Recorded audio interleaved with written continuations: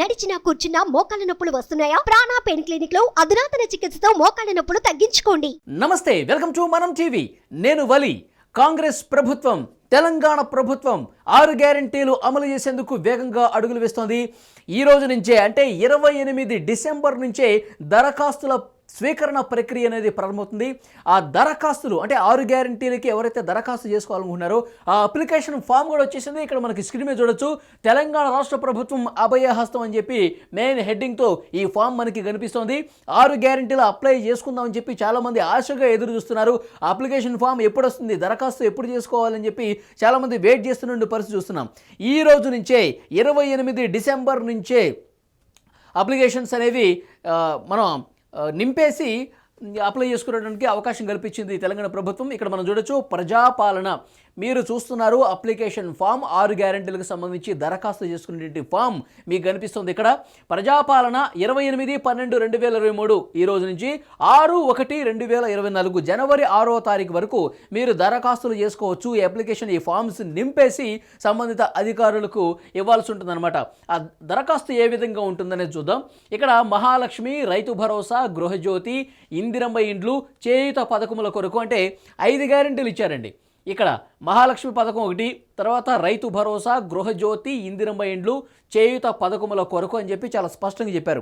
అంటే విద్యా భరోసా కార్డు ఒకటి ఉంది, ఒక గ్యారెంటీ, అది ఇందులో ప్రస్తావించలేదు. దానికి వేరే రకంగా అంటే విద్యార్థులకు సంబంధించి కేవలం కాబట్టి దానికి వేరే ఫామ్ ఇచ్చే అవకాశం అయితే కనిపిస్తుంది. కేవలం 1, 2, 3, 4, 5 పథకాలకు సంబంధించి 5 గ్యారెంటీలకు సంబంధించి ఎవరైతే అర్హులు ఉంటారో వాళ్ళు తప్పకుండా ఈ ఫామ్ ఫిలప్ చేసి అధికారులకు ఇవ్వాల్సినటువంటి అవసరం ఉంటుంది. ఆ ఫామ్ ఏ విధంగా ఉంటుంది, ఏ విధంగా ఫిల్ చేయాలి, ఈ విషయాలన్నీ కూడా ఈ వీడియో ద్వారా మీకు తెలియజేస్తాను.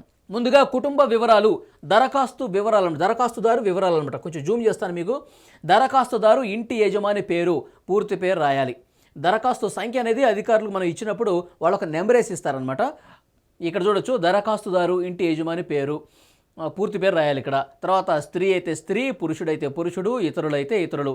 అంటే టిక్ మార్క్ పెట్టాలండి. ఇక్కడ మనకి స్పష్టంగా అధికారులు కూడా చెప్పారు, రైట్ మార్క్ పెట్టాలి. తర్వాత ఎస్సీ అయితే ఎస్సీ, ఎస్టీ అయితే ఎస్టీ, ఇక్కడ బీసీ, మైనారిటీ, ఇతరులు ఉంది. మీరు ఏ సామాజిక వర్గానికి చెందిన వాళ్ళైతే అక్కడ ఆ టిక్ మార్క్ అనేది పెట్టాల్సిన అవసరం ఉంటుంది. ఇక పుట్టిన తేదీకి సంబంధించి కూడా ఇక్కడ మీ డేట్ ఆఫ్ బర్త్ ఇక్కడ రాయాలి. తర్వాత ఆధార్ నెంబరు, మీ ఆధార్ నెంబర్ ఇక్కడ రాయాలి. తర్వాత రేషన్ కార్డు నెంబరు, మీకు తెల్ల రేషన్ కార్డు కానీ ఏదైనా రేషన్ కార్డు ఉంటే ఆ రేషన్ కార్డుకు సంబంధించి నెంబర్ ఉంటుంది కదా, రేషన్ కార్డు నెంబరు, ఆ నెంబర్ అనేది ఇక్కడ రాయాల్సిన అవసరం ఉంటుంది. తర్వాత మొబైల్ నెంబరు, మీరు వాడుతున్నటువంటి మొబైల్ అంటే ఆధార్కి మీ మొబైల్ నెంబర్ లింక్ ఉంటుంది కదా, మీ బ్యాంక్ అకౌంట్కి మీ మొబైల్ నెంబర్ లింక్ ఉంటుంది కదా, మీరు వాడుతున్నటువంటి ఆ మొబైల్ నెంబరు ఇక్కడ ఎంటర్ చేయాల్సిన అవసరం ఉంటుంది. తర్వాత వృత్తి, మీరేం పని చేస్తున్నారు, మీ జాబ్ ఏంటి, ఆ వృత్తి కాలంలో మీరు అక్కడ ఎంటర్ చేయాల్సిన అవసరం ఉంటుంది. తర్వాత కుటుంబ సభ్యుల వివరాలు అంటే మీ భర్త అయితే భర్త, భార్య అయితే భార్య, తర్వాత పిల్లలు ఎంతమంది, ఈ దీనికి సంబంధించిన డీటెయిల్స్ అన్నీ కూడా ఇక్కడ రాయాలి. దరఖాస్తుదారునితో సంబంధం ఏంటి, వైఫా, సన్నా, డాటరా అంటే మీ కూతురా, కొడుకా, లేకపోతే భార్యనా, భర్తనా, ఇక్కడ ఇవన్నీ రాయాల్సిన అవసరం ఉంటుంది. తర్వాత లింగం అంటే జెండరు, పురుషులైతే పురుషులు, మేలైతే మేలు అనమాట. అట్లా స్త్రీ అయితే స్త్రీ, పురుషుడైతే పురుషుడు, ఇట్లా రాయాలి. తర్వాత పుట్టిన తేదీ, వాళ్ళకి సంబంధించిన డేట్ ఆఫ్ బర్త్లు, ఏ తేదీలో పుట్టారు, ఏ సంవత్సరాల్లో పుట్టారు రాయాలి. సో వాళ్ళకి సంబంధించి ఆధార్ నెంబర్ ఉంటుంది కదా ఆధార్ కార్డులో, ఆ ఆధార్ నెంబర్స్ అన్నీ కూడా వాళ్ళకి రాయాల్సిన అవసరం ఉంటుంది. ఇక తర్వాత చిరునామా, మీరు ఉంటున్నటువంటి ఇంటికి సంబంధించిన అడ్రస్సు ఇక్కడ పూర్తిగా రాయాలి. ఇంటి నెంబర్ మనకు కనిపిస్తోంది, వీధి, ఏ వీధి అయితే ఆ వీధి, గ్రామము, మున్సిపాలిటీ, ఏ గ్రామము ఏ మున్సిపాలిటీకి చెందుతుంది, తర్వాత మండలం ఏదైనా ఉంటే మండలం రాయాలి. తర్వాత వార్డు నెంబరు, మీరు ఉంటున్నటువంటి వార్డు నెంబరు, తర్వాత ఏ జిల్లా కిందకు వస్తారు అది రాయాలి. తర్వాత అభయహస్తం గ్యారంటీ పథకాలు లబ్ధి పొందటానికి వివరాలు, కావాల్సిన పథకాల లబ్ధి కొరకు టిక్ చేయండి అని చెప్పి, రైట్ మార్క్ టిక్ చేయండి అని చెప్పి ఇక్కడ స్పష్టంగా ఇచ్చారు. సో మహాలక్ష్మి పథకం ఫస్ట్ పథకం అనమాట. ప్రతి నెల 2,500 రూపాయల ఆర్థిక సహాయం.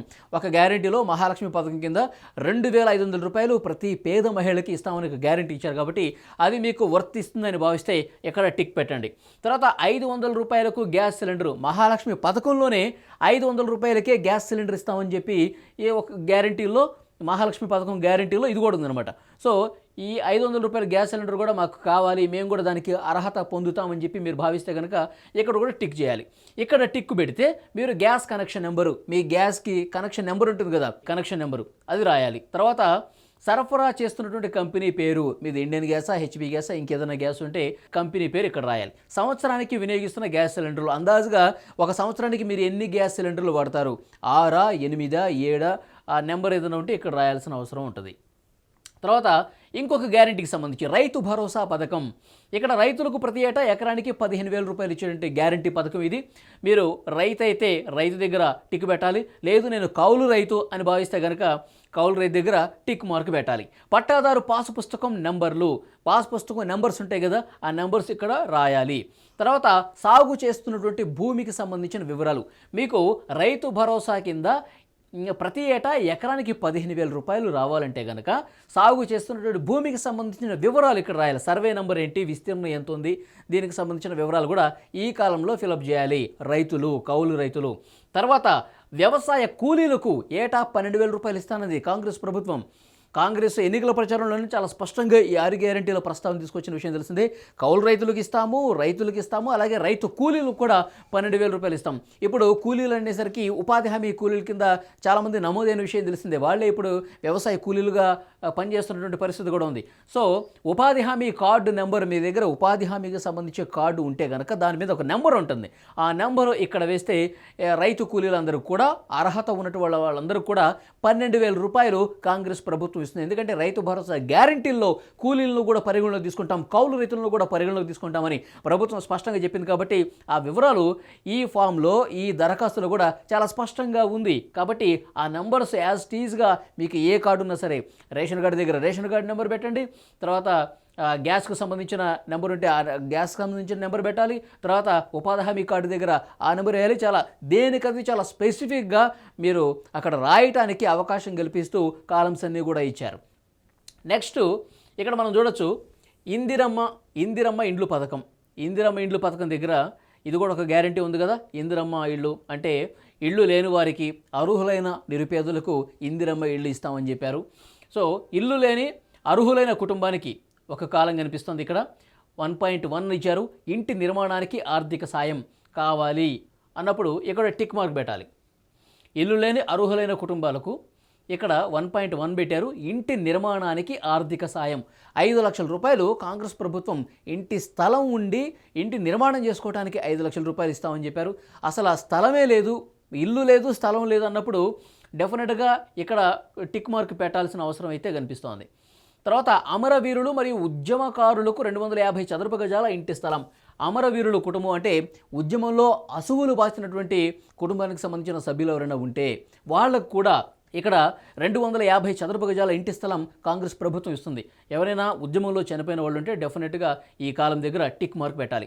అమరవీరులు అంటే ఉద్యమంలో చనిపోయిన వాళ్ళు వాళ్ళ పేరు రాయాలి, అమరులైన సంవత్సరం, ఏ సంవత్సరంలో చనిపోయారు, తర్వాత దానికి సంబంధించిన ఎఫ్ఐఆర్ నెంబర్ ఉంటుంది కదా, ఆ సమయంలో ఆ నెంబర్ వేయాలి. తర్వాత డెత్ సర్టిఫికేట్ నెంబరు, చనిపోయినప్పుడు డెత్ సర్టిఫికేట్ నెంబర్ కూడా ఇస్తారు కదా, ఆ నెంబర్ ఇక్కడ పూర్తి చేయాలి. ఇక్కడ చేస్తే అప్పుడు 250 చదరపు గజాల ఇంటి స్థలం అనేది ప్రభుత్వం ఇస్తుంది. తెలంగాణ ఉద్యమంలో పాల్గొన్నారా? అవును కాదు 2 బాక్సులు కనిపిస్తున్నాయి. ఇక్కడ ఉద్యమంలో పాల్గొంటే అవును అని దగ్గర రైట్ మార్క్ టిక్ పెట్టాలి. తర్వాత అయినచో సంబంధిత ఎఫ్ఐఆర్ నంబరు మరియు సంవత్సరం. ఉద్యమంలో మీరు పాల్గొన్నప్పుడు అరెస్ట్ చేస్తారు కదా, అరెస్ట్ చేసి జైలుకి పంపిస్తారు కదా, కేసు నమోదవుతుంది కదా ఉద్యమంలో చురుగ్గా పాల్గొన్నప్పుడు, ఆ ఎఫ్ఐఆర్ నెంబర్ అయితే రాయాలి, ఆ ఇయర్ కూడా ఇక్కడ రాయాలన్నమాట. తర్వాత ఒకవేళ జైలుకు వెళ్ళినచో వాటి వివరాలు, మీరు ఏ జైలుకి వెళ్ళారు, ఉద్యమం చేసినప్పుడు మిమ్మల్ని పోలీసులు అదుపులోకి తీసుకుని కేసు నమోదు చేసి అరెస్ట్ చేసినప్పుడు మీరు ఏ జైలుకి వెళ్ళారు, ఎక్కడ, ఆ స్థలం ఏంటి, తర్వాత శిక్ష సంబంధిత వివరాలు, మీ మీద ఎలాంటి కేసు బుక్ అయింది, శిక్షా కాలానికి సంబంధించి దానికి సంబంధించిన కూడా కాలంలో కూడా ఇక్కడ ఆ వివరాలు నమోదు చేయాల్సి ఉంటుంది. నెక్స్ట్ మరొక పథకం అండి గృహజ్యోతి పథకం. గృహజ్యోతి పథకం మనకు కనిపిస్తుంది. 1 కుటుంబానికి ప్రతి నెల 200 యూనిట్ల ఉచిత విద్యుత్తు. మనకి 6 గ్యారెంటీలో స్పష్టంగా ఉంది. 200 యూనిట్ల లోపు ఎవరైతే విద్యుత్తును వాడుకుంటారో వాళ్ళకి ఫ్రీ అనమాట. ఎలాంటి కరెంటు బిల్లు కట్టాల్సిన పని లేదు. దానికి సంబంధించినటువంటి ఇక్కడ మనకు కనిపిస్తోంది. మీ నెలసరి గృహ విద్యుత్ వినియోగం 0 నుంచి 100 యూనిట్లు వస్తుందా, 100 నుంచి 200 యూనిట్లు వస్తుందా, 200 యూనిట్ల పైన వస్తుందా? ఇప్పుడు 200 యూనిట్ల లోపు అన్నారు, మీకు ఎంత వస్తుందో ఇక్కడ దానికి టిక్ పెట్టాలి. టిక్ పెడితే దాన్ని బట్టి మీరు అర్హులా కాదా అని నిర్ణయిస్తారు. దానికి 200 యూనిట్ల లోపు ఉంటే కనుక ఫ్రీ కరెంటు, మీకు కరెంటు బిల్లు కట్టాల్సిన అవసరం ఉండదు. గృహ వినియోగ విద్యుత్ మీటర్ కనెక్షన్ సంఖ్య అంటే విద్యుత్ మీటర్ ఉంటుంది కదా, మీటర్కు నెంబర్ ఉంటుంది, ఆ నెంబర్ ఇక్కడ రాయాల్సిన అవసరం ఉంది. నెక్స్ట్ చేయూత పథకం. చేయూత పథకం అంటే మనకు తెలిసిందే, పెన్షన్ 4,000 రూపాయలకు పెంచుతామని చెప్పి ఒక గ్యారంటీగా ఇచ్చారు. ఇది కూడా అమలు కావాలంటే, ఇది కూడా రావాలంటే మనకి 4,000 రూపాయలు పెన్షన్ రావాలంటే దానికి సంబంధించినటువంటి అర్హులు ఎవరు, మీరు ఏ కేటగిరీకి చెందుతారు, ఆ డీటెయిల్స్ కూడా ఇక్కడ అడిగారు. దివ్యాంగుల దగ్గర ఇక్కడ బాక్స్ ఇచ్చారు. దివ్యాంగులు అయితే కనుక ఇక్కడ టిక్ పెట్టాలి. సదరు సర్టిఫికేట్ నెంబర్, ఇప్పుడు హ్యాండిక్యాప్కి సంబంధించి ఈ కాలం అనమాట. హ్యాండిక్యాప్ అయితే కనుక టిక్ పెట్టాలి. హ్యాండిక్యాప్ సర్టిఫికేట్ ఉంటుంది కదా, ఆ సర్టిఫికేట్కి సంబంధించిన నెంబరు ఇక్కడ రాయాల్సిన అవసరం ఉంది. తర్వాత ఇతరులు అంటే వృద్ధాప్య, అంటే ఓల్డ్ ఏజ్ పీపుల్, ముసలివాళ్ళు, వాళ్ళు ముసలివాళ్ళు అయితే, వృద్ధులైతే ఇక్కడ టిక్ పెట్టాలి. తర్వాత గీత కార్మికులు అయితే ఇక్కడ టిక్ పెట్టాలి. డయాలసిస్ బాధితులు అయితే టిక్ పెట్టాలి. బీడీ కార్మికుల జీవనభృతి, ఒంటరి మహిళ జీవనభృతి ఇక్కడ టిక్లు పెట్టాలన్నమాట. వాళ్ళు అర్హులు ఎవరైతే ఏ కాలంకి వాళ్ళు చెందుతారో వాళ్ళు ఇక్కడ టిక్ పెట్టాల్సిన అవసరం కనిపిస్తుంది. వితంతు అయితే ఇక్కడ టిక్ పెట్టాలి. చేనేత కార్మికులు అయితే ఇక్కడ టిక్ పెట్టాలి. ఎయిడ్స్ వ్యాధిగ్రస్తులు అయితే ఇక్కడ టిక్ పెట్టాలన్నమాట. పైలేరియా బాధితులు, బీడీ టేకేదారు జీవనభృతి. సో ప్రతి కాలం కూడా ఎవరైతే అర్హులు ఉన్నారో, ఈ కేటగిరీస్ కింద ఎవరైతే చెందుతారో వాళ్ళందరూ కూడా ఆయా బాక్స్ దగ్గర టిక్ పెట్టాలన్నమాట. వృద్ధులైతే ఇక్కడ పెట్టాలి, గీత కార్మికులు, అట్లా ప్రతి దానికి కూడా స్పెషల్ బాక్స్ ఇచ్చారు. ఆ బాక్స్లో రైట్ టిక్ మార్కు పెడితే మీరు ఆ కేటగిరీకి చెందుతారు. అప్పుడు 4,000 రూపాయల పెన్షన్ అనేది ఇస్తారు. ఓకే, దివ్యాంగుల పింఛన్ అయితే 6,000 రూపాయలు వస్తుందండి. ఇప్పుడు మిగతా అందరికీ 4,000 రూపాయలు ఇస్తారు. దివ్యాంగులు అంటే హ్యాండిక్యాప్ పీపుల్ ఎవరైతే ఉన్నారో వాళ్ళకి 2,000 రూపాయల అదనం, 6,000 రూపాయలు వాళ్ళకి వస్తుంది. నెక్స్ట్ మనం చూస్తున్నాము, తెలంగాణ రాష్ట్ర ప్రభుత్వం 6 గ్యారెంటీలకు సంబంధించి మనకి ఇందిరాగాంధీ గారి బొమ్మ కనిపిస్తోంది. మహాలక్ష్మి, గృహజ్యోతి, యువ వికాసం, ఇందిరమ్మ ఇండ్లు, చేయూత, రైతు భరోసా. ఇక్కడ యువ వికాసం ఒక్కదానికే ఈ ఫామ్లో అవకాశం కల్పించలేదు. తర్వాత మళ్ళీ దానికి సెపరేట్ కేటగిరీ కింద తీసుకున్నారు. ప్రస్తుతం ఈ ఫామ్లో అయితే 5 గ్యారెంటీలకు సంబంధించి పూర్తిగా దరఖాస్తు వారంలో కనిపించినాయి. ఇక లాస్ట్లో మనం ఇక్కడ చూడొచ్చండి, జతపరచవలసిన ప్రతులు. ఈ ఫామ్ నింపిన తర్వాత దీనికి మనం అదనంగా ఎలాంటి ఫామ్స్ మనం జత చేయాలి. ఆధార్ కార్డు జిరాక్స్ ప్రతి, మన ఆధార్ కార్డుకి సంబంధించిన జిరాక్స్ అటాచ్ చేయాలి. తర్వాత తెల్ల రేషన్ కార్డు జిరాక్స్ ప్రతి, తెల్ల రేషన్ కార్డుకి సంబంధించిన ఉంటుంది కదా తెల్ల రేషన్ కార్డు, దాన్ని జిరాక్స్ తీసుకుని ఆ ప్రతిని కూడా, ఆ పేపర్ను కూడా దానికి అటాచ్ చేయాలన్నమాట. పైన సమర్పించిన వివరాలన్నీ వాస్తవమని ధృవీకరిస్తున్నాను. నేను ఏదైతే పైన డీటెయిల్స్ అన్నీ పేర్కొన్నానో, ఏవైతే కాలమ్స్లో నేను అర్హత పొందుతాను ఈ పథకానికి అని చెప్పి మీరు డీటెయిల్స్ ఇచ్చారో, రైట్ మార్క్ పెట్టారో, మీ డీటెయిల్స్ అని ఇచ్చారు, ఇవన్నీ కూడా సరైనవే, అన్నీ వాస్తవాలే, నిజమైనవే అని చెప్పి నేను ధృవీకరిస్తున్నాను అని చెప్పి ఇక్కడ ఈ సంతకము లేదా వేలుముద్ర, పేరు, తేదీ ఇవన్నీ నేను కరెక్టే ఇచ్చానని చెప్పి చెప్పడం కోసం ఇది పెట్టారు. ఇక్కడ మీ సంతకం పెట్టాలి, మీ పేరు రాయాలి, ఏ డేట్లో ఇచ్చింది ఆ డేట్లో రాయాలి. తర్వాత ఇక్కడ మనం చూడొచ్చు, నెక్స్ట్ కాలం కనిపిస్తుంది, ప్రజాపాలన దరఖాస్తు రసీదు. దరఖాస్తు సంఖ్య అనేది ఎవరైతే తీసుకుంటున్నారో అధికారులు వాళ్ళకు నెంబర్ ఇస్తారు, మనకి అధికారులు రాస్తారు. తర్వాత వార్డు కోడ్, ఏ వార్డు అనేది, తర్వాత శ్రీమతి, ఇప్పుడు మీ పేరు, తండ్రి పేరా భర్త పేరా ఏదైతే అది వస్తుంది ఇక్కడ రాస్తారు. మహాలక్ష్మి పథకమా, మీరు ఎన్ని పథకాలు మీకు ఇందులో వస్తాయి అని ఇక్కడ అన్ని కాలమ్స్ కూడా ఇచ్చారు, 5 కూడా. మహాలక్ష్మి పథకమా, రైతు భరోసానా, లేదంటే ఇందిరమ్మ ఇండ్ల, లేదంటే 3 వస్తాయా, తర్వాత గృహజ్యోతి పథకం 4, తర్వాత చేయూత పథకం 5, 5టికి అర్హత పొందుతారా, 3టికేనా, లేదంటే 2టికేనా, ఎన్నింటికి మీరు అర్హత సాధిస్తారనేది అన్ని రైట్ మార్కులు ఇక్కడ పెట్టాలన్నమాట.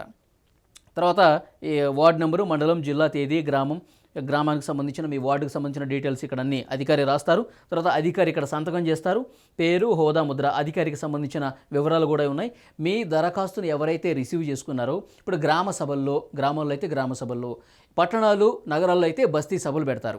ఈ రోజు నుంచి అవి కూడా ప్రారంభమవుతున్నాయి. మీ దరఖాస్తులు వాళ్ళకి ఇచ్చిన తర్వాత సంబంధిత అధికారి, మీ ఏరియాలో ఉండేటువంటి, మీ వార్డులో ఉన్నటువంటి అధికారి, మీ గ్రామంలో ఉన్నటువంటి అధికారి దీన్ని రిసీవ్ చేసుకొని ఆయనే సంతకం పెట్టి, ఆయన పేరేంది, ఆయన హోదా ఏంది, ఆయనకు సంబంధించిన డీటెయిల్స్ అన్నీ కూడా ఆయన పెట్టి మీ దరఖాస్తుకు ఒక నెంబర్ ఇచ్చి, ఈ రిసీటు ప్రజాపాలన దరఖాస్తు రసీదు అని ఉంది కదా, ఇది చించి మీకు ఇస్తాడనమాట. మళ్ళీ మీరు ఆన్లైన్లోనా లేకపోతే మళ్ళీ గ్రామ సభలు పెట్టినప్పుడు మీరు అర్హత పొందారా లేదా, మీ రిసీట్ నెంబరు ఏ స్థితిలో ఉంది, ఇవన్నీ కూడా ఈ నెంబర్ ఉంటే మనం తెలుసుకోవచ్చు అనమాట. సో డెఫినెట్గా ఇది ఒక మంచి ప్రోగ్రాంగా మనకు కనిపిస్తోంది. ఎందుకంటే 6 గ్యారెంటీలకు సంబంధించి, ఇందులో 5 గ్యారెంటీలకు సంబంధించి దరఖాస్తుకు అవకాశం కల్పించారు. పూర్తిగా మొత్తం తెలుగులో ఉంది, ఎక్కడా ఎవరు ఇబ్బంది పడాల్సిన పని లేదు. మంచిగా చదువుకొని మీరు దేనికైతే అర్హత పొందుతారని మీరు భావిస్తారో డెఫినెట్గా అక్కడ రైట్ మార్కులు, టిక్ మార్కులు పెట్టుకొని సంబంధిత అధికారికి మీరు ఇస్తే కనుక వెంటనే స్క్రూటినీ కూడా ప్రారంభమైపోతుంది. ఎందుకంటే ఇక్కడ మనం చూడొచ్చు 6వ తారీఖు వరకు దరఖాస్తు చేసుకోవచ్చని ఇక్కడ మనకి పైన మొదటి పేజీలోనే పైన హెడ్డింగ్లోనే ఉంది. 28/12/2023 నుంచి 6/1/2024 6వ తారీఖు వరకు మనం దరఖాస్తు చేసుకునే అవకాశం ఉంది. 6వ తారీఖు తర్వాత ఇక ఇందులో వచ్చినటువంటి ఫామ్స్ అన్నీ కూడా, దరఖాస్తులన్నీ కూడా పరిశీలిస్తారనమాట అధికారులు. ఎవరు అర్హత సాధిస్తున్నారు, ఎవరు కాదు, ఎవరు నిజమైనటువంటి విషయాలు ఇచ్చారో లేదన్నది కూడా పూర్తి స్థాయిలో అధికారులు పరిశీలన చేస్తారు. పరిశీలించిన తర్వాత అర్హులందరినీ కూడా ఒక పక్కకు పెట్టేసి వాటిని త్వరగా అమలయ్యే విధంగా ప్రభుత్వం 100 రోజుల్లోనే 6 గ్యారెంటీలు కూడా అమలు చేసి తీరుతామని చెప్పి ఒక పక్క ప్రకటనలు చేస్తున్న విషయం కూడా మనకు తెలిసిందే. సో డెఫినెట్గా వీలైనంత త్వరగా అర్హత పొందిన వాళ్ళని గుర్తించి వాళ్ళకి అమలు చేసే అవకాశం చాలా స్పష్టంగా కనిపిస్తుంది. సో అందరూ కూడా త్వరపడండి. ఫామ్ అయితే వచ్చేసింది. 28 నుంచి జనవరి 6వ తారీఖు వరకు ఈ దరఖాస్తులు ఫిల్ చేసి ఇక్కడ మన ఇంటి దగ్గరికే, మన గ్రామంలోకి, మన వార్డు దగ్గరికే అధికారులు వస్తారు, సభలు పెడతారు. సో వాళ్ళకే ఇస్తే కనుక డెఫినెట్గా రిసీవ్ చేసుకున్నట్టుగా, మీ దరఖాస్తును మేము స్వీకరించామన్నట్టుగా మనకి ఈ దరఖాస్తు ఫారంలోనే చివరి పేజీలో ఆ రిసీట్ కూడా ఉంది. దాన్ని చించి మనకి మళ్ళీ ఇస్తారు. ఆ నెంబర్ కూడా కేటాయిస్తారు. తర్వాత మన దరఖాస్తు ఫారం పరిస్థితి ఏంటి, ఎంతవరకు ముందుకెళ్ళింది, ఎప్పుడు అర్హత పొందుతుంది, దీనికి సంబంధించి కూడా డీటెయిల్స్ ఎప్పటికప్పుడు ఆ నెంబర్ ద్వారా మనం తెలుసుకునే అవకాశం ఉంది. Thank you.